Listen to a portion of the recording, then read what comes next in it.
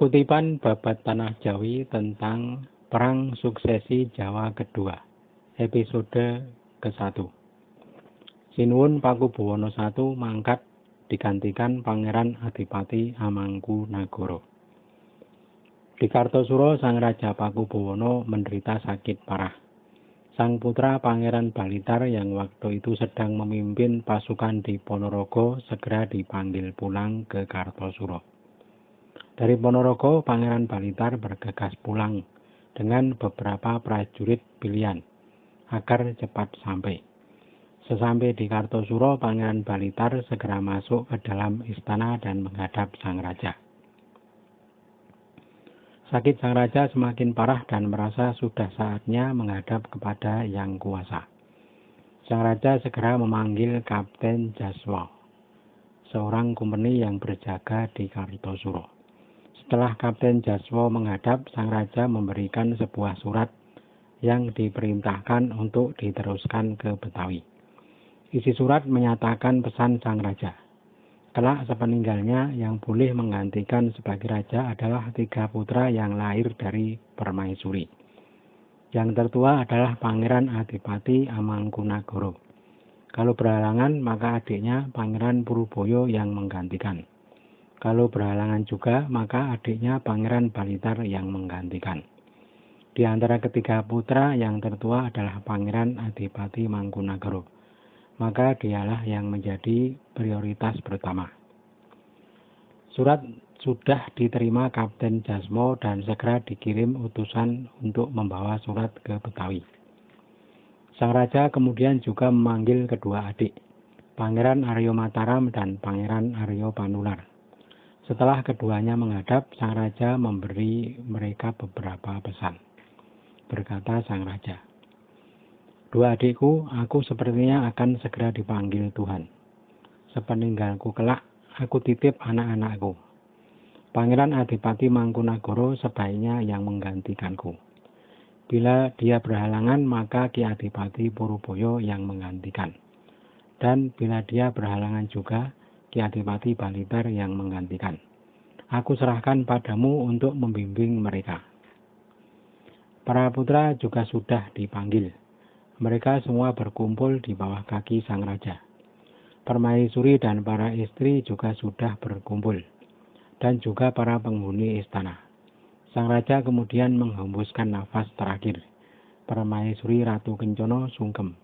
Para putra semua menangis sambil memeluk jenazah sang ayah.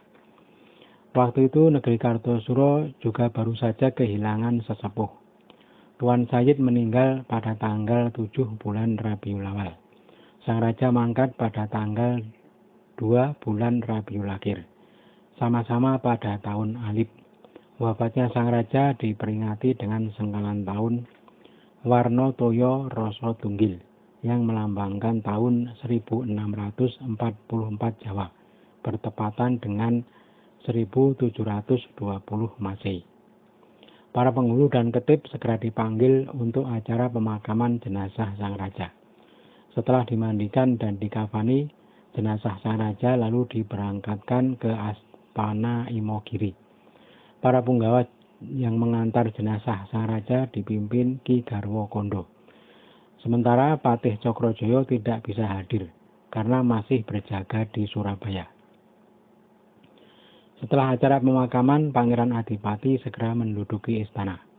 Pada hari Senin, para punggawa lengkap menghadap, juga para ulama dan para haji, serta para pertapa. Pangeran Adipati bersiap keluar ke balai pertemuan. Kapten Jaswo telah hadir. Pangeran Aryo Mataram masuk ke istana dan mempersilahkan sang keponakan segera keluar ke Panangkilan. Keluarnya Pangeran Adipati bergandeng tangan dengan Kapten Jaswo di sebelah kiri.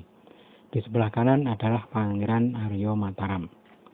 Setelah sampai di balai penangkilan, Pangeran Aryo Mataram berkata, "Hei segenap adipati dan para mantri, dengarkanlah. Anakku Pangeran Adipati sekarang menggantikan sang ayah menjadi raja dengan gelar Kanjeng Susuhunan Prabu Mangkurat Senopati ing Ngaloka Abdurrahman Sayyidin Panotogomo. Kalian semua patuhilah dan juga para ulama saksikanlah penobatan ini. Semua yang hadir menyatakan kepatuhan. Kapten Jaswo kemudian mempersilahkan sang raja untuk bertakhta di singgasana. Segenap para bupati menyembah dan menyentuh kaki sang raja. Kemudian para penghulu membacakan doa-doa. Setelah itu dibacakan surat perjanjian dari Gubernur Jenderal. Kiai Guntur Geni dibunyikan sebagai tanda. Senapan dari loji juga ditembakkan. Setelah acara penobatan selesai, sang raja masuk ke dalam istana. Kapten Jaswo dan para tumenggung kemudian bersantap sambil menikmati pertunjukan tari bedoyo. Peristiwa ini terjadi pada bulan Jumadil Awal. Di Madiun, salah seorang putra mendiang Raja Pakubuwono I yang telah mandiri di wilayah timur dan bergelar Panembahan Heru Cokro sudah mendengar bahwa sang ayah wafat. Sangat heran Panembahan dengan berita yang datangnya tiba-tiba. Sang Panembahan mempunyai keinginan mengadakan acara selamatan. Kijang dan rusa kemudian disembelih sebagai jamuan. Sementara itu di Kartosuro, roda pemerintahan berjalan seperti sedia kala. Setiap hari Kamis dan Senin sang raja menggelar pisauanan. Pada hari Sabtu sang raja menghadiri latihan perang di alun-alun. Sang raja sudah mengirim utusan ke Surabaya untuk memberitahu Patih Cokrojoyo bahwa Raja Pakubuwono telah mangkat. Kepada Patih Cokrojoyo diberikan perintah agar tetap berbaris di Surabaya. Jangan pulang dulu karena tugasnya belum tuntas. Sang raja juga mengangkat Ki Kartonagoro sebagai Patih untuk menggantikan sementara Ki Cokrojoyo di Kartosuro. Karena dahulu Ki Kartonagoro sudah sering mendampingi ke Patih Cokrojoyo. Sekarang diberikan tugas sebagai pejabat pengganti. Ki Martodito juga diangkat sebagai Punggawa Gedong dengan nama Tumenggung Mangunagoro. Pangeran Pringgoloyo yang sudah wafat juga digantikan oleh kerabat sang raja dari Kabalitaran, bernama Raden Martokusumo, atau nama kecilnya dulu Mas Gale. Setelah diangkat diberi nama Raden Aryo Pringgoloyo. Sedangkan anak Pangeran Pringgoloyo tidak menggantikan ayahnya, tetapi diangkat sebagai tumenggung dengan nama Notowijoyo dan diberikan tanah garapan dari orang tuanya dulu. Ki Sumobroto juga sudah meninggal dunia. Kedudukannya digantikan sang anak bernama Ngabeyi Kartinolo dan diperbantukan kepada Patih Kartonagoro. Carik Bojro diangkat Punggawa dengan nama Ngabeyi Tirtowiguno. Selain pengangkatan beberapa punggawa di atas, sang raja melakukan beberapa perombakan jabatan. Pangeran Adipati Puruboyo dan Pangeran Adipati Blitar diambil kelengkapannya sebagai adipati. Kini kedudukannya tinggal sebagai kerabat raja. Beberapa prajuritnya juga dikurangi. Juga tanah garapannya pun jauh berkurang. Kedua adik raja tak menolak, tetapi merasa sakit hati. Pangeran Balitar sangat terpukul dengan keadaannya sekarang. Ditambah provokasi dari Ki Garwokondo, hati Pangeran Balitar menjadi semakin sakit. Ki Garwokondo selalu memanas-manasi hati Pangeran Balitar agar merebut tahta. Sebagai sesama putra raja yang diberi hak menggantikan sang raja dahulu, tidak pantas kalau Pangeran Balitar dipinggirkan. Apa bedanya dengan sang raja sekarang? Paduka juga sama-sama memiliki tanah Jawa. Juga termasuk dalam 3 orang putra yang diizinkan menjadi raja. Sungguh perlakuan kepada Paduka dengan mengambil sebagian kekuasaan dan tanah yang Paduka miliki merupakan perbuatan aniaya. Kalau Paduka berkehendak merebut tahta, para tumenggung banyak yang akan berbalik membantu Paduka. Demikian tutur Ki Garwokondo. Hati Pangeran Balitar lama-lama goyah. Pangeran Balitar lalu mengundang Pangeran Aryo Mataram untuk dimintai dukungan. Pangeran Aryo Mataram kemudian mendatangi Pangeran Balitar di tempat semedi. Pangeran Balitar berkata, "Paman, bagaimana diriku ini? Selalu menahan sakit hati. Putra Paduka sang raja itu sangat menyia-nyiakan saya. Saya sungguh sudah lupa dengan saudara. Pak Wurung pasti akan melakukan perlawanan. Pangeran Arya Mataram mengelus dada. Sejenak kemudian berkata, "Duh anakku, jangan seperti itu dengan saudara tua. Sungguh saudara tua itu adalah pengganti ayah. Durhaka kalau sampai melawan. Kalau berkenan, si paman ini menyarankan jangan sampai engkau berbuat nekat. Si paman akan menghalangi dengan segenap tenaga. Jangan membuat perpecahan lagi.